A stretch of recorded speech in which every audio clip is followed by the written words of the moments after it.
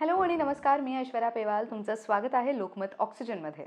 बाहेर तर प्रदूषणाचा मारा हा असतोच, पण घरात सुद्धा धुळीमुळे आपल्याला हेल्थ रिलेटेड त्रास होऊ शकतात. IQ एअर 2019च्या रिपोर्टनुसार सगळ्यात जास्त प्रदूषण असलेल्या देशात भारत 5व्या क्रमांकावर आहे. प्रदूषणामुळे अस्थमा, हृदयरोग, श्वसनाचे आजार होण्याची शक्यता जास्त असते. हिवाळ्यात अनेकदा हात शेकवण्यासाठी लोक कोळसा किंवा लाकूड जाळण्यासाठी त्याची व्यवस्था घरात करत असतात. या आगीद्वारे पसरणारे प्रदूषण फुफ्फुसांसाठी तसंच घशासाठी खूप धोकादायक ठरू शकतात. तुम्हाला माहित आहे का? एका रिपोर्टनुसार बीडी सिगारेट न पिणारे 3000 लोक फुफ्फुसांच्या कर्करोगामुळे मरण पावलेत. म्हणजेच काय तर धूम्रपान करणाऱ्यांद्वारे पसरलेल्या प्रदूषणामुळे बऱ्याच निरपराध लोकांचा मृत्यू झालाय. बापरे, खरंच किती चिंताजनक आहे हे. खरं तर बऱ्याच जणांना घरी सुद्धा स्मोक करायची सवय असते. असे रोजच्या रोज आपण घरात कितीतरी चुका करतो ज्यामुळे आपल्या ब्रीदिंग मध्ये आपल्याला त्रास होऊ शकतो. घरातील हवा ही शुद्ध ठेवण्यासाठी आणि धुळीपासून त्याचा बचाव करण्यासाठी, आपला बचाव, घरच्यांचा बचाव करण्यासाठी काय करावं पाहूयात या व्हिडिओमध्ये.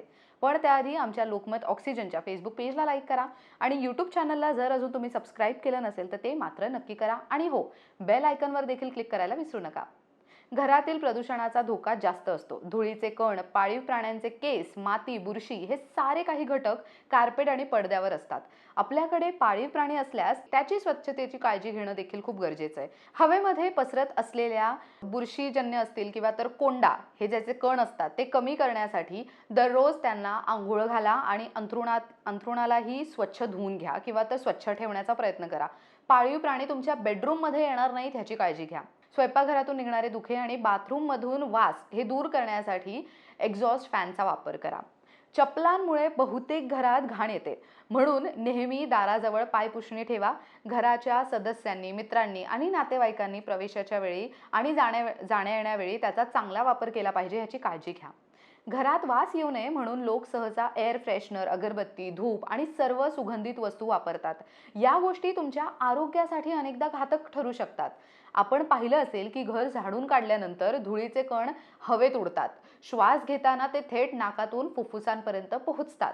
म्हणून काय तर झाडूऐवजी जमल्यास तुम्ही व्हॅक्यूम क्लीनरचा वापर करा किंवा तर झाडून झाल्यानंतर लादी पुसून घ्या. हे धुळीचे बारीक कण हवेत उडण्यापासून रोखले जातील. फर्निचर पासून किचन पर्यंत स्वच्छतेसाठी मायक्रोफायबर डस्टिंग क्लॉथ ह्याचा वापर करा. हे कापड सुती कापडापेक्षाही जास्त कण शोषू शकतं, त्यामुळे हे कापड तुम्ही नक्कीच वापरू शकता. घरात व्हेंटिलेशनची पुरेशी सुविधा असू द्या. आपण आपल्या घराच्या खिडक्या आणि दारे ताज्या हवेसाठी कायम उघडी ठेवलीत ना दिवसभर तरीही चालेल. घरात हवा खेळती राहू द्या. यामुळे घरात फ्रेशनेस टिकून राहते. शिवाय तुम्हाला जर घरामध्ये कोंडल्यासारखं वाटत असेल तर तुम्ही टेरेसवरती किंवा बाल्कनीमध्ये राऊंड नक्कीच मारायला जाऊ शकता.